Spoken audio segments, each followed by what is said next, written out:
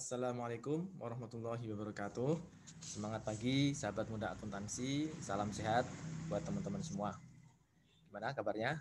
Setelah libur selama lebih dari 2 pekan ya. Mudah-mudahan teman-teman makin optimis, makin siap dalam menghadapi ujian tengah semester yang insya Allah tinggal 1 pekan lagi ya. Jadi pada kesempatan yang berbahagia ini, saya ingin mengucapkan selamat Hari Raya Idul Fitri bagi yang merayakan, dan saya mengucapkan taqabbalallahu minna minkum bagi teman-teman yang melaksanakan ibadah bulan suci Ramadan. Semoga Allah SWT mempertemukan kita lagi dengan bulan suci Ramadan di tahun berikutnya. Amin ya rabbal alamin. Nah, ternyata teman-teman semua di pertemuan ke-7 ini masih ada materi penting ya. Saya pikir materi mengenai equity investment itu akan disampaikan setelah UTS ya. Tetapi ternyata setelah saya dapat bahan-bahan dari dosen koordinator, ternyata equity investment ini disampaikan di pertemuan ke-7. Jadi mohon maaf ya buat teman-teman. Saya kemarin baru bisa upload tugas. Biasanya tugasnya saya konversi menjadi format LMS, tapi kemarin apa adanya ya. Jadi mohon maaf, teman-teman harus mengerjakan mungkin dalam waktu 2-3 hari saja, waktunya nggak banyak ya. Apalagi perkuliahannya harus dimajukan di hari Senin karena di hari Rabunya ternyata tanggal merah ya. Baik, tanpa mengurangi tingkat keseriusan kita menghadapi perkuliahan pekan ke-7 ini, saya ingin memberikan pengantar buat pertemuan ke-7 berkaitan dengan equity investment. Jadi di sini teman-teman, ketika kita bicara equity investment itu, sebagaimana posisi kita sebagai investor ya, hanya saja kalau di pertemuan ke-6 itu kita memegang obligasi ataupun surat utang. Sementara di sini kita memegang saham ya, saham dari perusahaan lain. Jadi kita tidak selaku penerbit ya, tapi selaku pembeli saham perusahaan orang lain.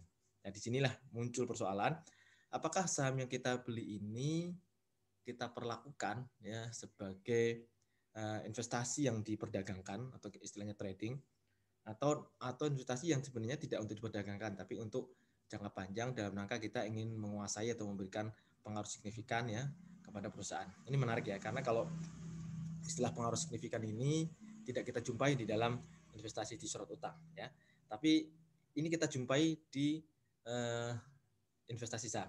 Kenapa? Karena di situ nanti kita akan melihat ketika berinvestasi berupa saham di perusahaan lain, maka akan dibedakan apakah saham yang kita miliki itu mencapai 20% ke atas atau di bawah 20%. Ketika saham yang kita beli itu mencapai minimal 20%, maka berarti bisa dikatakan kita memiliki pengaruh signifikan. Dan ketika investor ini memiliki pengaruh signifikan di perusahaan investasi, artinya metode yang digunakan adalah metode equity ya, sebagaimana dulu teman-teman pelajari di pengantar akuntansi 2 ya, yaitu menggunakan equity method. Di situ nanti ada perbedaan ketika saham itu ternyata dibeli kurang dari 20%. Ya, nanti di situ timbul persoalan. Ada beberapa metode, yaitu kita pakai fair value ya. Baik fair value yang melalui laporan laba rugi atau FVTPL, atau fair value yang melalui OCI ya. Fair value OCI ada di sana. Dan di sana pun dibedakan ya antara yang trading maupun non trading. Ini pengantar dari saya bahwasanya di sini agak sedikit complicated karena ada metode selain fair value atau metode equity, tapi di sisi lain ada kesederhanaan ya. Kenapa? Saya bilang sederhana karena di sini tidak perlu kita melakukan proses amortisasi sebagaimana di surat utang. Enaknya di situ ya, kita hanya melakukan adjustment di akhir tahun untuk fair value, tapi kita tidak perlu melakukan adjustment untuk equity method. Nah, ini kira-kira pengantar dari saya. Apa dan bagaimana berkaitan dengan equity investment? Mari kita ikuti PPT berikut ini ya, teman-teman ya.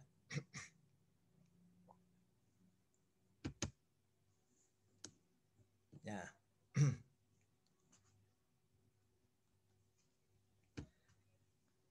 Nah, sebenarnya di pertemuan ke-7 ini ada dua topik bahasan besar ya, yaitu berkaitan dengan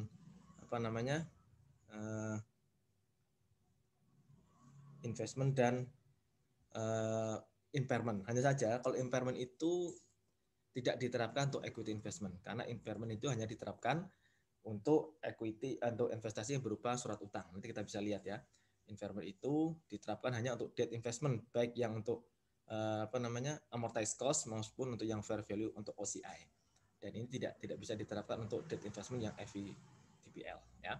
Jadi Nanti ketika bicara impairment itu sudah di luar topik equity investment. Kenapa? Karena di equity investment kita tidak menerapkan yang namanya impairment, ya. Baik, teman-teman semua. Secara umum kalau kita melihat apa namanya? Maaf.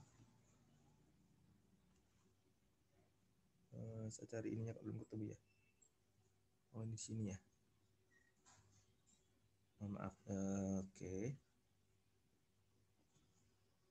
Secara umum teman-teman, ketika kita ingin mencari perbedaan ya antara bentuk-bentuk equity investment, maka kita bedakan tadi menjadi dua kelompok ya. Tadi saya bilang ada dua kelompok, yaitu satu kelompok yang kepemilikannya kurang dari 20% ya. Kemudian ada kelompok lagi yang kepemilikannya 20-50%, ini kita bilang pengaruh signifikan ya.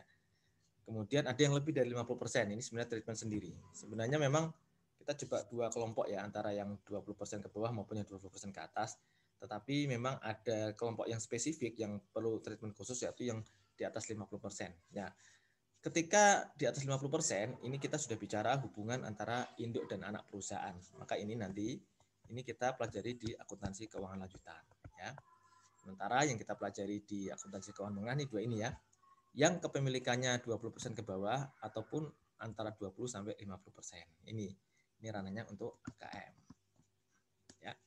Nah, teman-teman semua, sebagaimana surat utang investasi di equity ini juga mengenal bentuk trading dan non trading. Ini tergantung daripada dua kriteria ya. Ingat bahwasanya ketika kita mengklasifikasikan ya sebuah instrumen investasi itu, maka ada dua kriteria yang perlu dipegang pasti itu. Baik dia berupa instrumen utang maupun instrumen ekuitas. Yaitu kriterianya adalah dari sisi bentuk bisnisnya, gitu ya. Bentuk bisnisnya. Kemudian yang kedua dari bentuk pola penerimaan kasnya ya. Ketika pola penerimaan kasnya ini tetap ya, maka itu larinya nanti banyakkan ke utang. Tapi kalau tidak bisa diberi secara tetap, maka dia larinya akan ke equity kan, seperti itu ya. Dan di equity-nya nanti akan terbagi menjadi dua, apakah dia trading atau non trading. Nah, baik teman-teman ya, kita bicarakan dulu di sini untuk kepemilikan yang di bawah 20%. Itu ada sebenarnya terbagi menjadi dua ya, trading dan non trading. Hanya saja memang yang non trading pun masih dipecah lagi menjadi dua, sehingga kita bisa katakan untuk equity investment kategori di bawah 20% itu ada tiga bentuk ya.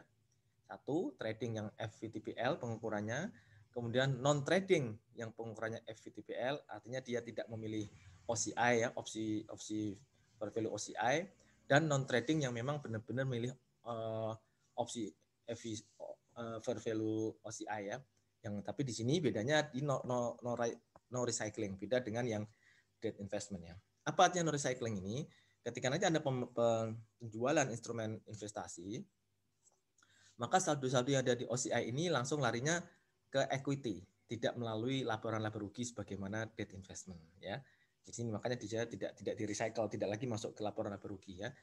Yang kemarin ingat ya teman-teman, yang di debt investment, yang di apa namanya fair value OCI itu kan dia recycling gitu ya, dia melalui laporan laba rugi. Ya, di sini kalau kita melihat dari perlakuan akuntansi, teman-teman akan melihat persamaan maupun perbedaan ya. Jadi kita fokus dulu yang kepemilikan 20% ya. Untuk yang jenis pengukuran fair value through profit or loss, baik dia trading ataupun non trading, ini sebenarnya sama ya treatment accountingnya ya. Satu, dia perlu membuat jurnal penyesuaian fair value di akhir tahun ya. Cuman memang penyesuaiannya akan menggunakan akun fair value adjustment ya, sebagaimana yang kita jumpai di debt investment ya. Kemudian kita juga mengakui unrealized gain or loss dicatat di laba rugi ya di akhir tahun ketika kita menyesuaikan nilai wajar. Dan ada penerimaan cash dividend ya, dicatat sebagai pendapatan dividen. Nah, ini kalau di debt investment kan kita nerimanya interest revenue ya. Kalau di sini kita nerimanya cash dividend ya. Pak, bisa nggak Pak nerima yang di luar cash dividend? Ya, bisa-bisa aja tergantung dividen yang dipakai gitu ya. Tapi kan nanti kita lihat konteksnya ya. Karena kalau ada dividen non tunai itu kan dari sisi investor malah dia tidak ada pencatatan. Ya. Ini ya teman-teman ya, persamaan akuntansi untuk trading dan non trading dengan jenis pengukuran fair value through profit or loss. Kemudian untuk jenis yang ketiga, non trading dengan memilih opsi fair value OCI, maka apa persamaannya dengan yang sebelumnya? Dia tetap membuat jurnal penyesuaian fair value, ya. Dia tetap apa namanya, mengakui unrealized gain or loss. Hanya saja unrealized gain or loss-nya ini untuk non trading fair value opsi OCI ini langsung dicatat di OCI, ya, tidak melalui laba rugi, ya. Di sini bedanya, ya. Nah, kemudian bedanya lagi kalau di fair value through profit or loss dia penyesuaiannya menggunakan akun fair value adjustment, maka di sini penyesuaiannya menggunakan langsung ke akun equity investment. Ya. Kemudian saat penjualan dibuat dulu penyesuaian harga jual, ya, pada unrealized gain or loss untuk OCI, baru jurnal penjual sebagai harga jual. Nah, ini, ya, kira-kira dari sini kan teman-teman sudah bisa memetakan persamaan dan perbedaannya, ya. Sama-sama melakukan penyesuaian fair value, tapi bedanya unrealized gain or loss-nya untuk yang fair value OCI itu dicatat masuknya ke OCI, ya, sementara yang VTPL maksudnya memang ke laporan laba rugi. Kemudian akun yang digunakan juga di sini equity investment, yang sebelumnya yang fair value through profit or loss menggunakan akun fair value adjustment. Sebenarnya ada satu lagi perbedaan di sini, ya. Untuk dari sisi biaya transaksi, ya, terutama biaya transaksi pembelian, ya.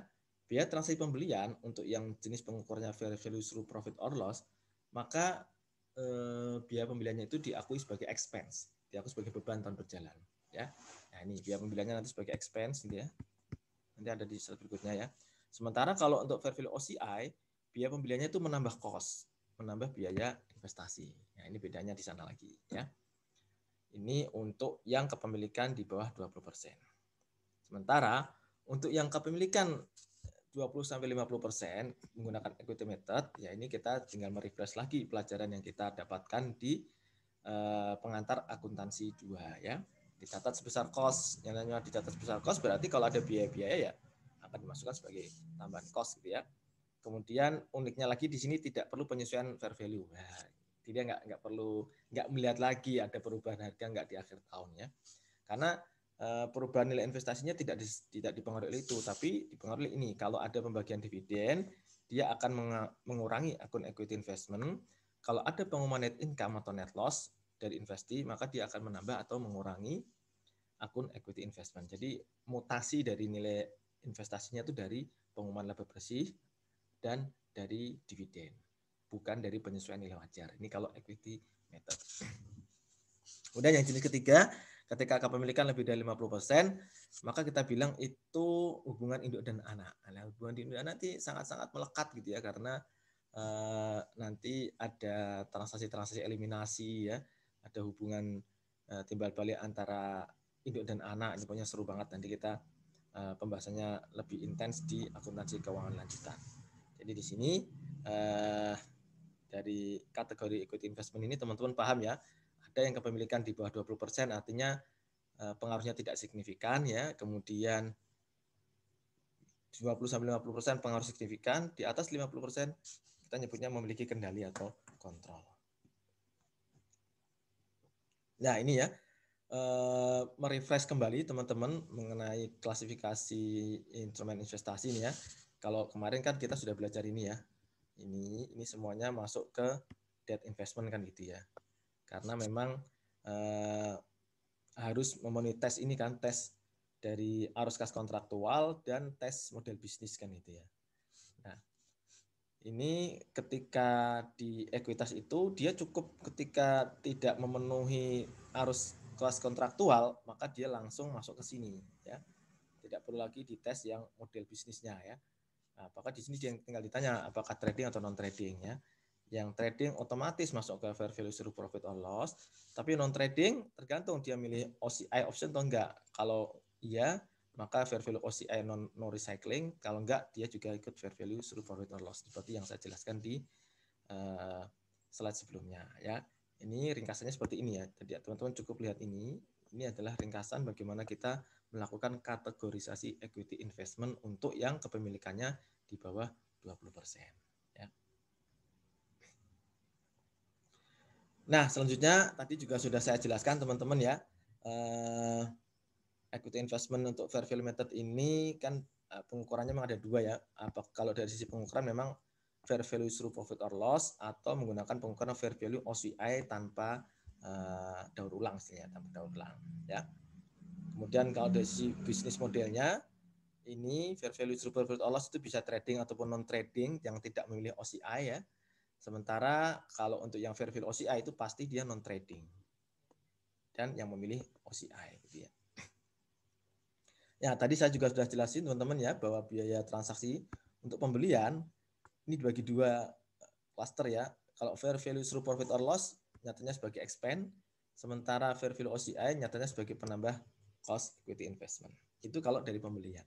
Tapi sebaliknya kalau investasinya kita jual teman-teman, maka baik fair value through profit or loss, dua-duanya ini ya, maupun yang fair value OCI akan mencatatnya sebagai beban kalau jual ya. Tapi kalau pembelian terpisah tadi ya treatmentnya. Nah dari sini teman-teman bisa memahami bahwasanya prosedur akuntansi seperti ini ya. Ini sama-sama diukur fair value. Ini mengulangi lagi yang tadi di slide sebelumnya. Kemudian sama-sama juga membuat jurnal penyesuaian ya. Hanya saja kalau yang di atas jurnal penyesuaian pakai fair value adjustment, kalau yang di bawah langsung menggunakan akun equity investment ya. Kemudian yang fair value through profit or loss, namanya aja profit or loss, berarti maksudnya ke laporan laba rugi, unrealized gain or loss-nya. Sementara di sini maksudnya ke OCI, ya, yang fair value OCI. Saat penjualan dilakukan penyesuaian value ke akun VFA ya, sementara yang OCI dilakukan ke akun equity investment.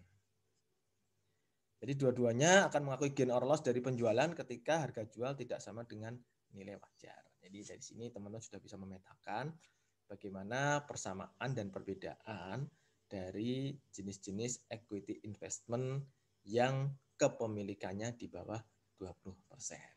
Ya, bagaimana contoh-contoh kasusnya nanti akan kita simak di video berikutnya ya teman-teman semua ya. Salam sehat, sampai jumpa di video berikutnya. Assalamualaikum warahmatullahi wabarakatuh.